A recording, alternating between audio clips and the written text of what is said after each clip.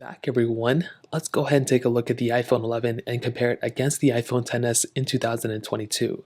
Now both these phones are very interesting. They're roughly around the same price in the used market. The XS is a little bit cheaper to be honest, but the iPhone 11 is still being sold brand new at $499. So definitely some really good value here. If you want to pick up either one of these phones, links will be down in the description. You can get them from there and help support the channel at the same time. Now on the front, there are actually some very, much similarities and some few differences as well, if that makes any sense. Now on the iPhone XS, we have a 5.8-inch Super Retina OLED display, and it's a beautiful panel. I've been mentioning it since this phone came out. The panel is good. This one actually, I think, has an aftermarket display, and this one is still pretty decent as well. So looking at an iPhone X display that I even have like right here, pretty much the same thing. Obviously, the iPhone X panel I think is a little bit better sometimes than the aftermarket, but it's still a very good panel for sure. On the iPhone 11, on the other hand, we have an IPS panel. And the thing with IPS panels is that they're definitely not as amazing as OLED, but Apple did a pretty good job at the iPhone 11 panel, I think. And I think for sure the iPhone XS panel is better. The iPhone 11 panel is still very good, and I don't really have too much to complain about. So with something like the iPhone 11, you have a notch, you have a little bit of bezel around it compared to the XS, but it's still a very good panel, and I don't have too much to complain about like I mentioned. Now on the side, I will definitely say the premiumness goes to the iPhone XS. You have this kind of like reflective metallic coating on the iPhone XS, and you also had this gold color that really hasn't came back since I think the iPhone 12 Pro. We didn't have it on the 13s, I think. Maybe we did, I don't remember. But the XS is a little bit thinner than the iPhone 11, but you won't be able to really tell that. Now on the back, we do have a little bit of the same setup, dual camera setup. I do have a skin on my iPhone XS, the standard glass back on the back of both of them as well. You have wireless charging, you have IP certification, you have the whole 9 yards, pretty much the same exact thing on both. Between these two phones, there really isn't that crazy big of a difference. I wish there was a bigger difference, to be honest. At the time of its release was a very interesting phone. I was surprised how great of a job Apple did with the iPhone 11, and the iPhone XS was a good phone too, but to be honest, the 11 was a bigger upgrade in my opinion than the XS was to the 10. So that kind of covers it up there, but a big question is with software longevity. The iPhone 11, because it's still being sold brand new, I still think Apple's going to be supporting this phone for probably a longer time. This is going to be one of those devices that you can pick up, and it's going to be just a beautiful phone for sure. With the iPhone XS, this phone is probably going to be supported for a long time too. I mean, to give you some perspective, the iPhone 6s is supported still. The iPhone 5s was supported for a long time too. So there's something with the S series of devices that Apple makes that just probably end up getting support for a long period of time. And with something like the iPhone XS, although this phone is approaching 4 years old this year, I still think this thing is here to stay. I don't think it's going anywhere anytime soon. So again, that's a pretty big thing to keep in mind. If you want the longest lasting phone, or if you want the chance of having the longer lasting phone between these two, the iPhone 11 is probably the better way to go. Because it came out in 2019 and because it has that Apple A13 Bionic chip inside, that's in a ton of different devices, including many iPads, including the new Apple monitor they just made. Like, there's a lot of devices that have this chipset inside. So the iPhone 11 is still very powerful and everything, but the iPhone XS is still a very powerful phone. It's going to be supported for a long time too. So that kind of covers that up there. Now let's go and do a speed comparison between both these devices. The iPhone XS has that Apple A12 Bionic chip inside of it with 4 gigabytes of RAM, one of the first iPhones to have 4 gigabytes of RAM, where the iPhone 11 has that Apple A13 Bionic chip inside of it with 4 gigabytes of RAM as well. So let's go and see which one is the faster phone between both of these. Okay, there we go. All the apps are cleared out in the background as you guys can see. So let's get into it. Let's do phone calls, 3, 2, 1. Pretty much the same thing. Let's go and get into music, 3, 2, 1. Kind of the same thing too. Not really that big of a difference here, although this one is still kind of stuck on that loading panel. Let's go and get into mail, 3, 2, 1. Hopping out of this one, let's go and get into camera, 3, 2, 1. And kind of the same thing, not really that big of a difference. Hopping out of this one, let's go and get into clock, 3, 2, 1. I think the 11 was slightly faster. Photos, 3, 2, 1. The iPhone 11 was slightly faster there too. Hopping out of this one, let's go and get into calendar, 3, 2, 1. I guess they kind of open up the same thing too. There's kind of a lot of similarity here. Stocks, 3, 2, 1. We did get into the welcome panel here, so we'll just load that one up in the background. Let's do their app stores, 3, 2, 1. And the iPhone 11 was faster. The iPhone XS is slightly behind.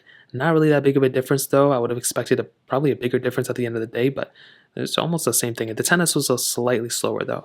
Hopping out of this specific application, let's go and get into their settings app. This is a very basic application, 3, 2, 1. And even that app was faster on the iPhone 11. So kind of strange how we're getting a lot of this kind of like faster here, faster there, but the iPhone 11 was faster to load up that application, which was very, very interesting. Now, as always, we have a bunch of these third-party applications spread across many different pages, so I'll try my best to kind of load up all of them. Let's do Snake versus Blocks, 3, 2, 1.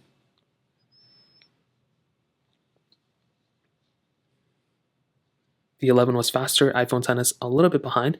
Let's go and get into Thank You, 3, 2, 1.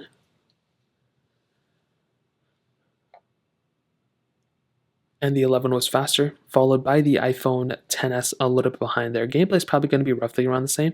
Let's go and hop out of this one. Let's go and get into Dropbox, 3, 2, 1. I think the XS was slightly faster there, but they were almost the same exact thing. Quizlet, 3, 2, 1. XS slightly faster there too. We're noticing some weird differences now, both at 3, 2, 1.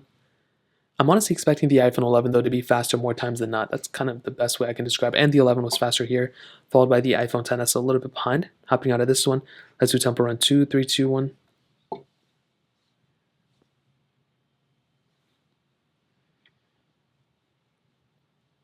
And this one's actually pretty close. It looks like, so the XS kind of looks like it got a little bit faster ahead of it.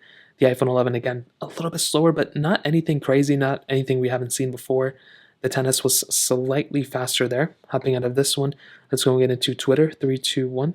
And I totally messed that one up, so we'll just go ahead and kind of load that one in the background. Let's go and get into Facebook, 3, 2, 1. And I think, so I am logged in here, so we'll just load out that one. Let's do Fruit Ninja, 3, 2, 1.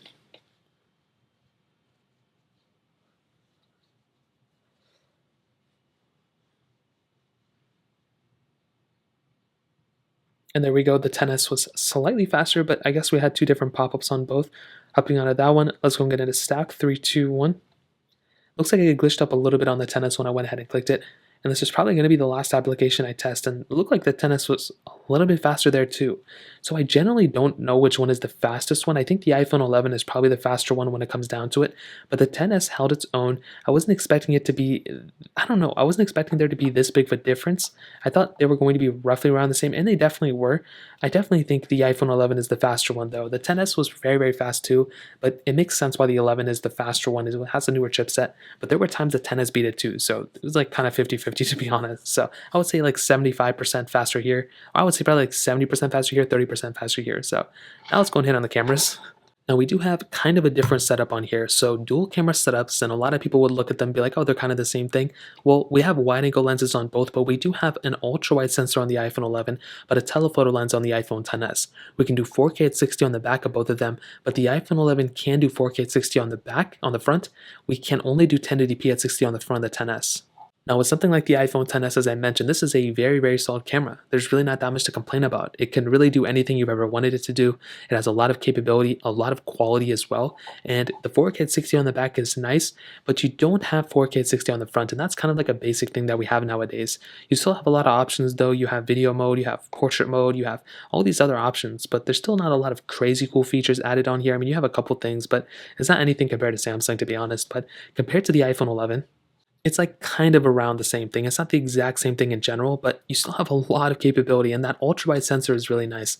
I like having the ultra-wide sensor more than anything, and that's one thing that I've noticed. I love having ultra-wide sensors. Being able to zoom out a lot is really nice, and unfortunately, oh, it's right here. Unfortunately, with something like the iPhone XS, you don't have that ultra-wide sensor. You have a telephoto lens, which is still good, but the ultra-wide sensor on the iPhone 11 is great. You have the ability of still zooming in quite a bit, but the iPhone 11 sensor, I think, is the better one when it comes down to it, especially that front camera. So now to kind of sum up this whole entire video, to be honest, I think the iPhone 11 is probably that phone that is here to stay. You know, I think this is a very good phone. It's probably one of the most stable phones out there, and I love this phone probably more than any other iPhone, to be honest. I think something like the iPhone XS though, it's so close to this iPhone that I would probably recommend just going through and keeping this iPhone. I mean, this is a very good phone. If this iPhone you could get for a better deal, I would say go for it. You know, there's really not a crazy big amount of difference. You're getting better battery life on the iPhone 11, better performance, and better cameras, but the iPhone XS is still pretty close. You're still getting a very solid phone, great build quality. This was a flagship of 2018, and nowadays you can pick it up for like around $300 something. So that's kind of how I would put it. If you guys have any other questions or anything, let me know in the comment section below. Hit the like button, that would mean so much, but definitely hit that subscribe button. More importantly than everything else, I love every single one of you guys. Hopefully I'll catch you guys in the next video. Peace out till then.